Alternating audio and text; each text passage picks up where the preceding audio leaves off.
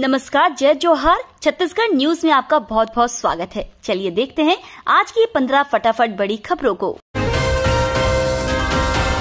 मुख्यमंत्री के खिलाफ चुनावी मैदान में उतरे अमित जोगी। जिस पाटन सीट से बघेल ने नामांकन दाखिल किया, उसी सीट से छत्तीसगढ़ के पूर्व मुख्यमंत्री अजीत जोगी के बेटे अमित जोगी ने भी चुनाव लड़ने का फैसला किया है। जिस पाटन सीट से बघेल ने नामांकन दाखिल किया, उसी सीट से छत्तीसगढ़ के पूर्व मुख्यमंत्री अजीत जोगी के बेटे अमित जोगी ने भी चुनाव लड़ने का फैसला किया है। कांग्रेस का मिशन सरकार रिटर्न्स। छत्तीसगढ़ के दौरे पर है प्रियंका गांधी। छत्तीसगढ़ के चुनावी सरगर्मी उफान पर है, प्रचार प्रसार जोरों पर है। जैसे जैसे चुनाव की तारीख नजदीक आ रही है, वैसे वैसे बीजेपी और कांग्रेस के स्टार प्रचारकों का दौरा बढ़ते जा रहा है।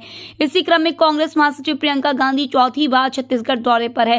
प्रियंका गांधी ने कहा कि हमने वादा किया था, जैसी ही सरकार आएगी उसके कुछ दिन बाद ही खैरागढ़ जिला बन गया। कांग्रेस सरकार बनते ही प्रदेश के बिजली बिल माफ होगा।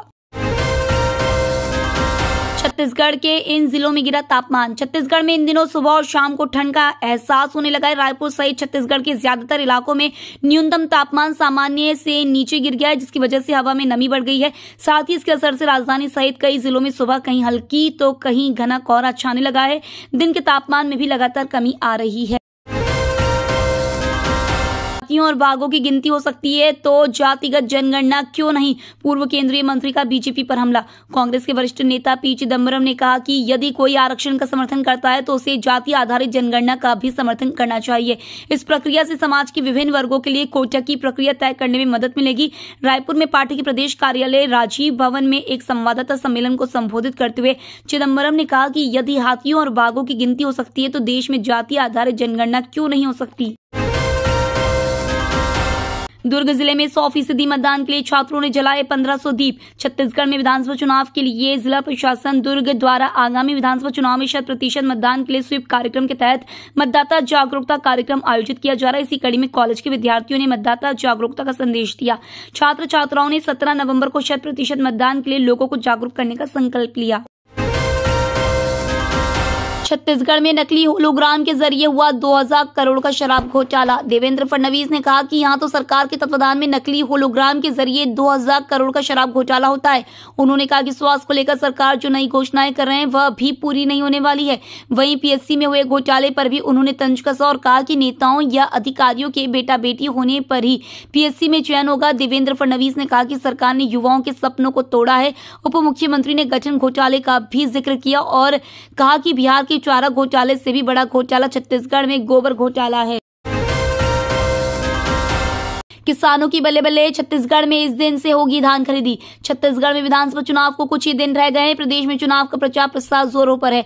वहीं नामांकन दाखिल करने का अंतिम दिन भी है। सीएम बघेल ने कहा कि छत्तीसगढ़ में 1 नवंबर से धान खरीदी होगी, तब छत्तीसगढ़ के कर्जा का पैसा कटेगा। वहीं सरकार बनते ही कर्जा का पैसा भी सभी किसानों के अकाउंट में पैसा वापस होगा। बिलासपुर में प्रियंका ने लॉन्च किया कांग्रेस का थीम सॉन्ग। कांग्रेस की राष्ट्रीय महासचिव प्रियंका गांधी ने बिलासपुर के पुलिस ग्राउंड में विशाल जनसभा को संबोधित किया। इस दौरान उन्होंने बिलासपुर जिले के सभी 6 प्रत्याशियों के पक्ष में माहौल बनाया।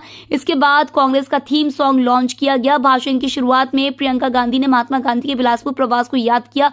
इसके साथ ही उन्होंने पूर्व प्रधानमंत्री इंदिरा गांधी और राजीव गांधी की शहादत को याद किया।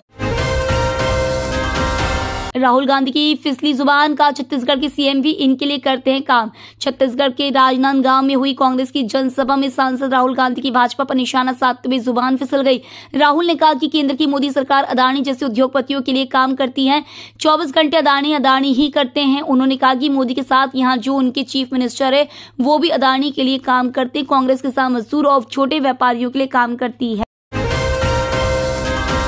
बस्तर के इस गांव में पहली बार होगा मतदान। निर्दोष ग्रामीणों की जेल से रिहाई पर परिवार खुश। छत्तीसगढ़ में चुनाव को लेकर तैयारियां तेज हो गई हैं। बस्तर जिले के अंतिम छोर में बसा नक्सल प्रभावित चांदा मेटा गांव में आजादी के 75 साल बाद पहली बार मतदान होना है। दशकों बाद यहां के ग्रामीणों को नक्सल भय मुक्त कर जिला प्रशासन की टीम लोकतंत्र के इस महापर्व में हिस्सा लेने के लिए जागरूक कर रही है। इधर एक तरफ जहां यहां के ग्रामीणों में मतदान को लेकर उत्साह दिख रहा है, तो वहीं नक्सल मामलों में पिछले कई सालों से जेल में बंद ग्रामीणों की रिहाई होने के बाद उनके परिवार वालों में खुशी लौट आई है।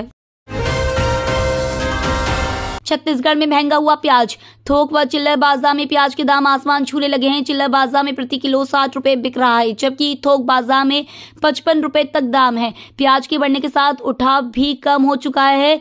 वहीं सब्जी बाजार में टमाटर भी अब फिर से लाल हो रही है। 40 रुपए किलो पहुंच चुका है। इसमें गृहिणियों का बजट बिगड़ गया है।